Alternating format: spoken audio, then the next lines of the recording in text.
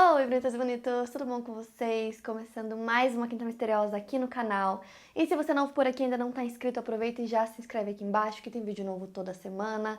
Playlist completa do Quinta com todos os casos que eu já contei, são mais de 300 casos aqui na descrição pra vocês, vão lá maratonar. Não esquece do like no comecinho do vídeo que me ajuda muito na divulgação. Quinta Misteriosa também é podcast, o link vai estar aqui na descrição para vocês ouvirem quando e onde quiserem. Aproveita e me acompanha nas redes sociais que eu vou deixar aqui na tela para vocês, eu sempre estou postando conteúdo por lá. E agora bora começar o caso de hoje.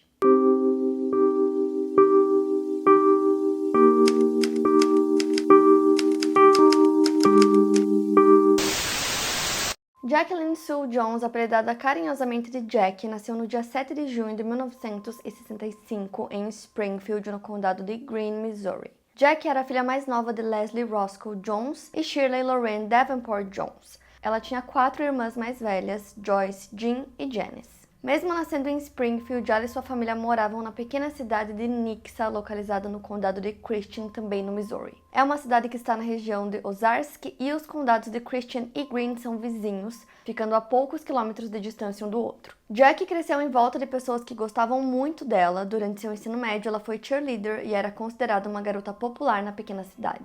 Todos a conheciam e ela tinha muitos amigos e amigas. As cidades da região sul do Missouri costumam ter festivais anuais temáticos e Nixa não era diferente. Lá eles promovem anualmente o chamado Sucker Day Festival, celebrando o peixe suckerfish, bastante comum em águas doces norte-americanas. Durante sua juventude, a Jack foi campeã de um concurso de beleza associado a esse festival. Quem a conhecia via que ela era uma jovem linda e charmosa, com o que pode se chamar de uma alma feliz. Ela trabalhava em um restaurante local chamado NLA Café e os clientes regulares a adoravam. O restaurante ficava ao lado de um celeiro que comumente fazia leilões de gado. Era nesse celeiro que Cody, o namorado da Jack, trabalhava. O Cody era alguns anos mais velho do que ela e ele era um jovem bastante quieto. Quando começou a se relacionar com ela, ele estava em meio a um processo de divórcio não finalizado e a jovem se apaixonou perdidamente por ele. Então, assim, os clientes que frequentavam esse restaurante que ela trabalhava eram geralmente vaqueiros que entravam no estabelecimento com suas botas sujas, sujando todo o local, mas tanto a Jack quanto suas colegas sempre os atenderam com um grande sorriso no rosto. Segundo uma amiga e colega de trabalho da Jack chamada Sonia Bodenhammer, elas costumavam muitas vezes flertar com esses homens. Então, indo para o dia 17 de junho de 1985, a Jack tinha recém-completado 20 anos de idade e de todas as suas irmãs ela era a única que ainda morava com os pais e naquele dia tinha muita neblina na cidade. Entre 5 e 6 horas da tarde, a Jack liga para uma amiga dela chamada Lisa Thompson e pergunta se a amiga pode buscá-la no trabalho depois que o turno dela terminasse, por volta das 9 ou 10 horas da noite. Só que como tinha muita neblina naquele dia, a mãe da Lisa não permitiu que ela saísse de casa porque ela achou que tinha muita neblina e ia ser perigoso para ela dirigir, então ela não permitiu que a filha saísse para buscar a Jack. Então, no final do turno da Jack naquele dia, ela sai do estabelecimento e fica conversando com o Cody, o namorado dela, na parte de fora. E a amiga dela, a Sonia, que trabalhava no mesmo local, lembra perfeitamente de ver ela conversando com o Cody, porque enquanto isso ela estava fazendo a limpeza do estabelecimento. Depois de terminar a conversa com o namorado, ela se despede dele e, já que a amiga não foi buscar ela foi embora no próprio carro. Então ela entra no carro dela, era um Camaro preto com bancos vermelhos. Era o primeiro carro dela, ela tinha comprado naquele verão e todo mundo sabia que o carro era dela, porque na placa tinha o nome dela, dizia Jackie One. E depois de sair do local, ela para em uma loja de conveniência, uma 7-Eleven, para comprar 2 itens que nunca faltavam na bolsa dela, que eram spray para cabelo e cigarro. Por volta das 6h20 da manhã do dia seguinte, do dia 18 de junho, o carro da Jack foi encontrado em uma rodovia.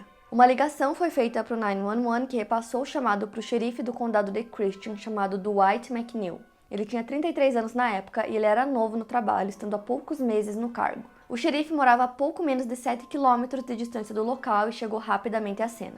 Em um primeiro momento, quando pessoas próximas da Jack foram avisadas que o carro dela tinha sido encontrado, ninguém ficou muito preocupado. A irmã dela, por exemplo, acreditava que ela tinha ficado sem gasolina e tinha abandonado o carro lá, enquanto a amiga dela, Lisa, acreditava que ela poderia ter passado a noite com alguma pessoa e por isso que o carro dela estava lá.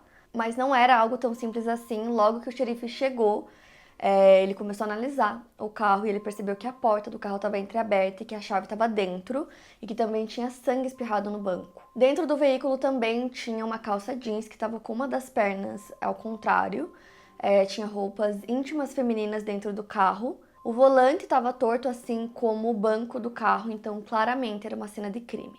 Então, para o xerife estava claro que alguém tinha se machucado muito dentro daquele carro, ou que, na pior das hipóteses, alguém tinha morrido ali dentro. O xerife decidiu pedir ajuda para a patrulha rodoviária do estado de Missouri, porque ele sabia que o que havia acontecido dentro do carro foi um ato de muita violência, e ele estava até preocupado em encontrar o corpo da Jack dentro do porta-malas. Ao mesmo tempo que ele tinha esse grande medo, ele acreditava que ela ainda poderia estar viva. Lembrando que ele era novo na profissão. Eles aguardaram a patrulha chegar para abrir o porta-malas, e quando fizeram isso não havia corpo, mas havia um macaco de para-choque solto e ensanguentado.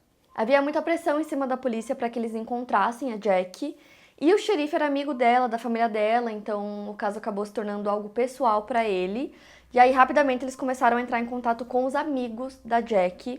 E nisso, a colega dela de trabalho começou a contar para a polícia o que tinha acontecido no dia anterior. Ela conta que o restaurante estava bem agitado naquele dia, tinha muita gente, e que a Jack saiu no meio do turno dela e foi até o celeiro procurando por uma amiga chamada Dana. Porém, aquele não era um comportamento normal para Jack, então até hoje tem uma dúvida do porquê que ela sairia no meio do turno dela para procurar por essa amiga. A Sônia também falou para a polícia que ela viu a Jack conversando com o Cold, no momento que ela estava fazendo a limpeza do local, e que eles estavam ainda conversando quando ela saiu para ir embora. A polícia também conversou com uma das irmãs da Jack, com a Jean, e ela disse que tinha visto a irmã pela última vez no dia 14, alguns dias antes dela desaparecer. Ela disse que a Jack e uma amiga dela foram até o apartamento dela, que ela parecia bem, parecia feliz, mas que ela tinha comentado com ela que ela estava meio que passando por um problema. Segundo a Jean, a Jack disse pra ela que ela estava sentindo que ela estava sendo observada e que por conta disso ela não gostava de ficar sozinha, estava com medo de ficar sozinha, inclusive até na própria casa, então ela sempre tentava ficar com alguém em todos os momentos. Dentro do carro, a polícia encontrou um recibo da loja de conveniência 7-Eleven, então assim, eles conseguiram saber que a Jack foi até essa loja. Então eles foram até lá e conseguiram conversar com o caixa que atendeu ela naquele dia. E ele disse que se lembrava dela e que ela parecia normal, que ela não parecia estar nervosa, nem assustada, nem nada do tipo. Ele disse, inclusive, que ela parecia que ia sair da loja e ir direto para casa, que ficava a cerca de 5 minutos do local. O xerife convocou a população de Nixa para ajudar nas buscas pela Jack, assim como toda a região de Ozarks. Nixa era cercada por campos e fazendas. A população realmente se mobilizou e centenas de pessoas ajudaram. Nesse momento, os pais da Jack estavam desolados e só queriam que ela fosse encontrada. Poucos dias depois, no dia 21, o jornal Springfield Letter and Press, que existia na época, publicou um artigo descrevendo as similaridades entre o desaparecimento da Jack Jones com outro caso de desaparecimento também ocorrido em Nixa.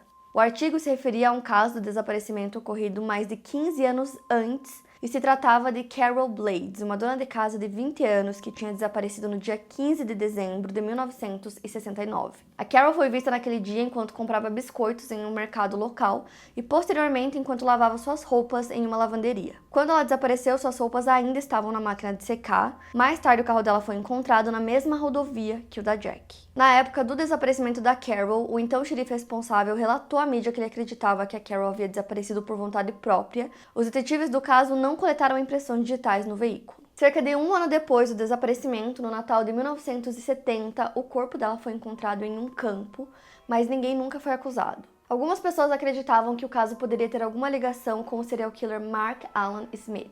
Voltando ao caso da Jack, amigos e familiares ainda tinham esperanças de que ela seria encontrada viva, então os policiais decidem conversar com uma das últimas pessoas que tinha visto a Jack, o seu namorado Cold. Ele alegou que ele estava em casa sozinho no momento que ela desapareceu e não tinha ninguém que confirmasse esse álibi dele, porém ele nunca foi considerado um suspeito porque eles tinham uma relação saudável, ele não tinha nenhum histórico de comportamento violento ou ciumento em relação a Jack. 4 dias depois do desaparecimento, no dia 22 de junho, os pais da Jack recebem uma ligação. Era um amigo deles dizendo que eles tinham encontrado ela. Então esse amigo deles e um outro pescador estavam acampando no lago Springfield quando eles viram um corpo boiando na água. Era o corpo de uma mulher, estava sem as roupas. Imediatamente eles reconheceram que era a Jack e acionaram a polícia. O local onde o corpo foi encontrado ficava a cerca de 7 ou 8 quilômetros de distância do local onde o carro dela foi abandonado. E mesmo que o pai dela, já soubesse da notícia por telefone, o xerife foi até a casa deles para dar notícia também. As autoridades não permitiram que os pais vissem o corpo da Jack no estado que ele tinha sido encontrado, então eles só mostraram alguns anéis da Jack para eles que eles pudessem reconhecer. Pelo que se podia observar, ela tinha sido espancada, o que poderia explicar a calça jeans ensanguentada dentro do carro. Também havia um ferimento maior no lado direito da cabeça dela, e a autópsia determinou que ela havia morrido por um trauma contundente na cabeça. O exame mostrou que ela foi atingida inúmeras vezes e os ferimentos eram compatíveis com o macaco que tinha sido encontrado dentro do carro.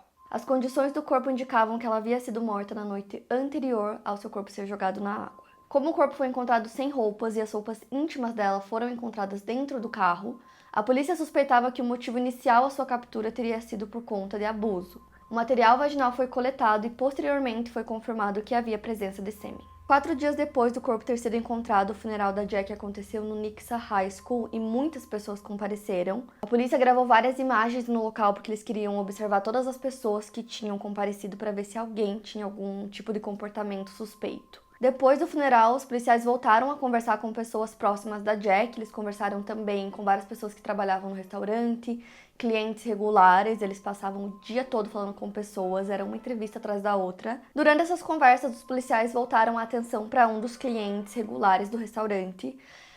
Segundo os colegas da Jackie, ela tinha medo desse homem e ele dava em cima dela de maneira constante. Ela já tinha tentado afastar ele várias vezes, mas ele ficava insistindo, ele levava presentes como chocolates e flores para tentar agradá-la. Então a polícia vai atrás desse homem para conversar com ele e descobrem que não tinha como ele ser um suspeito, já que no dia em que ela desapareceu, ele estava preso em uma cadeia próxima. Então ele foi descartado e ele não foi nem identificado, assim, eles não falaram qual era o nome desse homem. Com o objetivo de obter mais respostas, o xerife disponibilizou uma linha de telefone direta para que as pessoas telefonassem para ele, dessem dicas, falando sobre algum comportamento suspeito que tivessem observado ou qualquer coisa que pudesse efetivamente ajudar na investigação. Essa linha ajudou porque 2 homens que estavam abastecendo seus carros na noite do desaparecimento no posto junto à conveniência observaram uma caminhonete estacionada no estacionamento de um banco que ficava do outro lado da rua da conveniência. A caminhonete chamou a atenção dos homens justamente por suas características distintas, já que era um Chevrolet Cheyenne, modelo dos anos 1960, azul e branco, que tinha as rodas customizadas. O xerife sabia que essa caminhonete pertencia a um homem conhecido na cidade, chamado Gerald Carnahan. O Gerald, ou Jerry, como chamavam, era filho de um proeminente dono de negócios da cidade. O pai dele estava envolvido em diversos negócios bem-sucedidos e tinha uma fundição localizada a menos de 2 quilômetros ao sul do restaurante onde a Jack trabalhava. No dia 28 de junho, 6 dias depois do corpo da Jack ter sido encontrado, o Jerry foi entrevistado pela polícia. Ele admitiu que conhecia a Jack porque ele frequentava o restaurante onde ela trabalhava. Quando a polícia comentou que a caminhonete dele tinha sido observada por mais de uma testemunha próxima ao 7-Eleven na noite que ela desapareceu, o Jerry negou completamente que estivesse no local, dizendo que estava em casa naquela noite. As testemunhas teriam visto seu carro entre 10h30 e 11 horas daquela noite, mas ele disse aos policiais que havia saído para comer com a sua enteada, Sarah Collins, de 19 anos, e que havia chegado em casa por volta das 10 da noite, não saindo de novo depois disso. Mas como a caminhonete foi vista, apesar de ele ter negado, ele foi imediatamente considerado um suspeito. No ano em que o caso aconteceu, em 1985, o Jerry era um homem de 28 anos, casado, ele tinha essa enteada adolescente, e ele trabalhava na empresa de alumínio do pai dele, então podia-se dizer que ele tinha uma vida bem confortável. Mas o Jerry foi descrito por colegas de trabalho e outras pessoas também como um homem manipulador. Eles diziam que ele sempre encontrava uma forma de conseguir o que ele queria. Conversando com essas pessoas, eles descobriram também que ele tinha vários episódios de raiva, geralmente por coisas muito pequenas, como, por exemplo, alguém estacionar na vaga dele. O Jerry não era considerado uma pessoa querida, mas ele era protegido pelo dinheiro da família e pela importância da família dele na comunidade. A esposa do Jerry não estava na cidade no dia que a Jack desapareceu, ela tinha saído para uma viagem de negócios, e a enteada do Jerry, a Sarah, confirmou o álibi dele, dizendo que ele realmente estava com ela na casa. A Sarah alegou que os dois tinham saído para comprar comida, mas que depois disso eles tinham se separado para fazer coisas distintas, mas que a partir das 10 da noite os dois estavam em casa e que o Jerry não teria saído depois desse horário. A Sarah jurou para a polícia que ela saberia se o Jerry tivesse deixado a casa naquela noite, e aí eles pediram para o Jerry fazer um teste de polígrafo. Ele aceitou, só que no dia ele não compareceu. Então, assim, mesmo com essas alegações e com o álibi dele, com a confirmação da Sarah, ele continuou sendo um suspeito porque várias pessoas viram ele próximo do 7-Eleven, então eram testemunhas distintas, que conversaram com os detetives de forma separada e eles não tiveram acesso aos demais testemunhos. Então nenhum deles sabia que outras pessoas também tinham visto a caminhonete, que, como eu falei, era muito distinta pela sua cor, por ter o pneu, personalizado e tudo mais, e várias pessoas viram a caminhonete do Jerry. Além disso, no dia em que o Jerry foi interrogado, a polícia percebeu que haviam ferimentos de defesa nas suas mãos. E aí a polícia foi conversar com amigos próximos da Jack e descobriram que ela tinha trabalhado por um curto período de tempo na empresa da família do Gary e que ela mesma tinha pedido demissão depois das investidas inconvenientes dele. Os amigos contaram que a Jack ficava extremamente desconfortável com isso porque ele ficava convidando ela para ir em um encontro e ela já tinha negado várias vezes. Só que aí outras testemunhas resolveram conversar com os detetives, incluindo o próprio irmão do Gary, que alegou ter visto a caminhonete dele estacionada na rodovia naquela noite do desaparecimento da Jack. O irmão também disse à polícia que o Gary tinha pedido para que ele não falasse nada sobre o que ele tinha visto. Mesmo que essas alegações fossem muito suspeitas e colocassem o Gary nos lugares certos para ligá-lo ao crime, ainda não era suficiente para que ele fosse preso pelo assassinato. Mesmo assim, a polícia decidiu acusá-lo de adulteração de provas para conseguir prendê-lo. Eles estavam se baseando no fato de que o Gary teria mentido sobre a real natureza do seu relacionamento com a Jack. Dessa forma, eles esperavam mantê-lo sob custódia, mas quando eles foram prendê-lo, ele já estava em um voo para Los Angeles com planos de voar para Tailândia. Seu pai havia recentemente comprado uma fundição lá, então seria o local perfeito para ele ir, ficar até que a poeira baixasse. Só que ele foi preso no aeroporto antes de embarcar no voo internacional, mas a acusação de adulteração de provas não foi o suficiente. O advogado do Gary argumentou que a polícia não tinha evidências físicas que comprovassem tal delito. De qualquer maneira, o juiz responsável pelo caso sentiu que não haviam evidências suficientes perante a lei para que ele fosse realmente acusado de adulteração de provas, então a acusação foi retirada. A Sarah acabou enfrentando acusações de falso testemunho e acabou sendo considerada inocente. Ao que se sabia até aquele momento, não haviam evidências suficientes para acusar formalmente Gary pelo crime. Na época, não tinha nenhum outro suspeito viável a não ser ele, e como ele não tinha sido acusado, o caso acabou esfriando. Já no ano seguinte, em 1987, o carro de uma jovem chamada Debbie Sue Lewis foi encontrado abandonado próximo ao local onde o Camaro da Jack tinha sido encontrado em 1985. Assim como o carro da Jack, o veículo da Debbie estava com as portas abertas e os pertences da jovem permaneciam dentro do carro. A Debbie tinha 31 anos e no passado já havia sido interesse amoroso do Gary. Na noite em que ela desapareceu, o Gary foi visto no mesmo bar em que ela estava. Os restos mortais da Debbie foram encontrados meses depois, mas a polícia não tinha evidências suficientes que ligassem Gary ao crime. Em 1988, o xerife McNeil saiu do cargo e o sargento Daniel Nash estava trabalhando como novo investigador dos casos arquivados na patrulha rodoviária do estado do Missouri. Ele tomou a frente da investigação do caso da Jack e queria que a amostra coletada fosse usada para montar um perfil de DNA, mas eles tinham medo de estragar a amostra, que era bastante limitada. Ao longo dos anos, o Gary era de alguma forma lembrado ou ligado a desaparecimentos e crimes. Um exemplo disso seria outro caso de desaparecimento de uma jovem de 24 anos chamada Cal Ann Workman.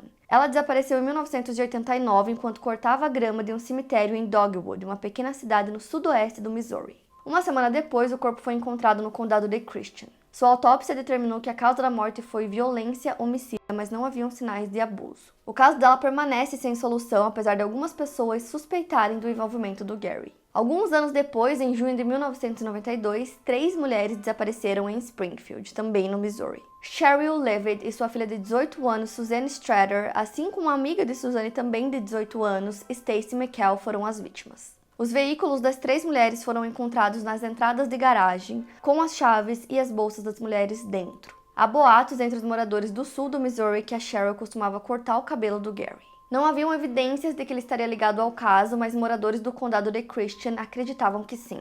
De qualquer maneira, as 3 mulheres nunca foram encontradas. Nesse mesmo ano, Gary estava enfrentando diversos problemas. Em novembro de 1992, sua esposa Pat pediu uma ordem de proteção relacionada a ele, alegando que o Gary estava abusando de maneira severa de remédios antidepressivos e ficando bêbado todos os dias. Segundo ela, ele cambaleava pela casa e sempre estava carregando uma arma. Ela disse que ela foi atacada por ele uma vez usando um ferro e que ele também tinha passado por cima do pé dela com um carro. Ele também jurou que não a mataria porque com uma morte rápida ela não sofreria o suficiente. Ele também disse na frente dela que ele gostaria de passar para ela uma infecção sexualmente transmissível. Então ela entrou com um pedido de ordem de restrição, que logo depois foi retirado, mas ela conseguiu se divorciar dele. Em março de 1993, ele se envolveu em outros problemas. Ele estava com um amigo em um carro, quando ele viu uma jovem de 18 anos, e aí ele pediu que o amigo parasse o carro e começou a perseguir ela, empurrando ela em uma vala. Ela conseguiu escapar e rapidamente identificou que o homem que estava perseguindo ela era o Jerry. Por conta desse episódio, o Gary foi acusado de tentativa de sequestro. Enquanto ele estava aguardando o julgamento, em julho do mesmo ano, a polícia foi chamada até sua casa. Ele estava sob efeito de drogas e ele atirou em um dos policiais, então esse ataque foi adicionado às acusações pendentes que ele tinha. Em 17 de setembro do mesmo ano, ele invadiu a casa de um de seus concorrentes a negócios em Aurora, e lá ele roubou cerca de $60 mil em equipamentos e depois ateou fogo no local. As evidências forenses e alegações de testemunhas apontaram diretamente para ele. Ele foi acusado de roubo e incêndio culposo, acusações das quais ele se declarou culpado. Pela tentativa de sequestro, ele foi sentenciado a 2 anos de prisão. Pelo ataque ao policial foram adicionados 15 meses. Sua sentença mais pesada foi a por roubo e incêndio culposo, que ele recebeu uma pena de 4 anos. O Gary foi liberado da prisão depois de cumprir suas sentenças no dia 19 de setembro de 1997. Durante esse tempo, ele permanecia sendo o principal suspeito do caso da Jack, mas não haviam evidências suficientes para que ele fosse acusado. Entretanto, o caso da Jack nunca foi esquecido. A sua mãe faleceu anos antes, em 1988, sem saber quem havia cometido o crime. O pai da Jack, por sua vez, passou décadas rezando para que a justiça acontecesse para sua filha. Em 2006, um detetive trabalhando em casos arquivados verificou que havia sido coletado sêmen na cena do crime. Essa evidência foi encontrada e o material foi enviado para testes de DNA. Dessa vez, eles acharam que valeria a pena tentar montar um perfil de DNA com essa amostra. O criminalista da patrulha rodoviária do Missouri, Jason Wyckoff, foi responsável pelos testes que iniciaram em março de 2007.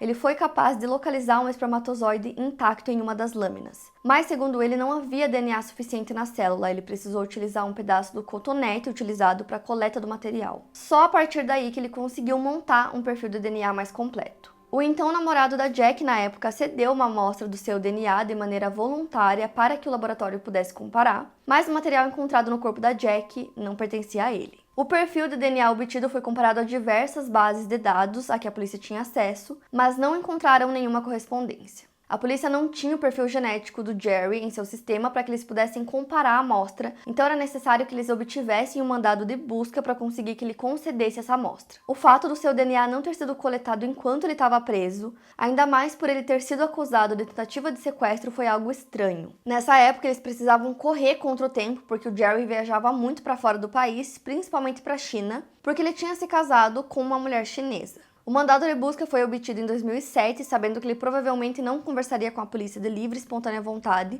Os policiais falaram para a recepcionista dele que eram antigos amigos do ensino médio para que ele aceitasse recebê-los. Quando os policiais entraram na sala, o Gary não os reconheceu, e foi então que eles revelaram que estavam lá com um mandado para fazer uma coleta de DNA de sua saliva relacionada à investigação do caso da Jack. Nesse momento, o policial percebeu que uma lágrima escorreu dos seus olhos. A amostra foi coletada e comparada ao perfil que eles já tinham. O resultado foi positivo. O Gary era o culpado.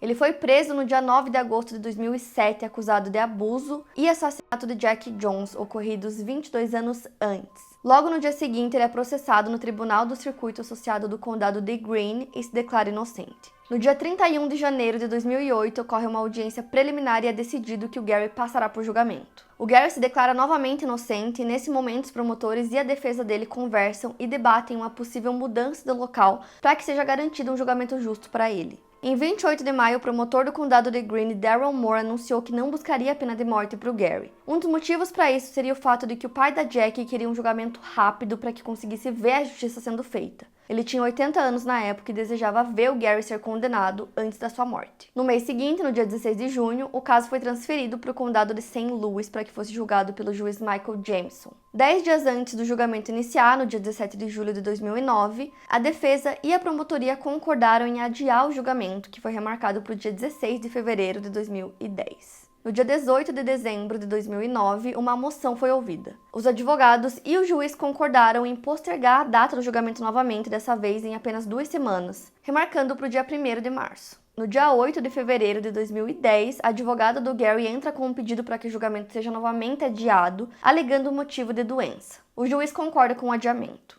O julgamento só começou no dia 13 de setembro de 2010, 25 anos depois do crime. Então, as evidências que o Estado tinha contra o Gary eram muitas. Eles tinham todos os depoimentos, das testemunhas que viram o carro do Gary próximo do 7-Eleven, tinha o irmão dele que viu o carro dele na rodovia e tinha também a evidência de DNA. Durante o julgamento, o advogado de defesa do Gary contestou as descobertas do criminalista Jason e questionou seu testemunho de que as evidências pareciam estar intactas e não sujeitas à alteração. Ele apresentou registros telefônicos do laboratório criminal de 1999, os quais mostravam que um detetive de Springfield tinha aconselhado os funcionários do local a não realizarem testes nas evidências porque ele não tinha certeza de onde elas estavam. No início da investigação foram coletadas amostras de cabelo que aparentemente haviam desaparecido. O advogado também questionou sobre o tempo em que a amostra de sêmen poderia estar no corpo da vítima, e o Jason respondeu que a data limite seria entre 3 a 4 dias.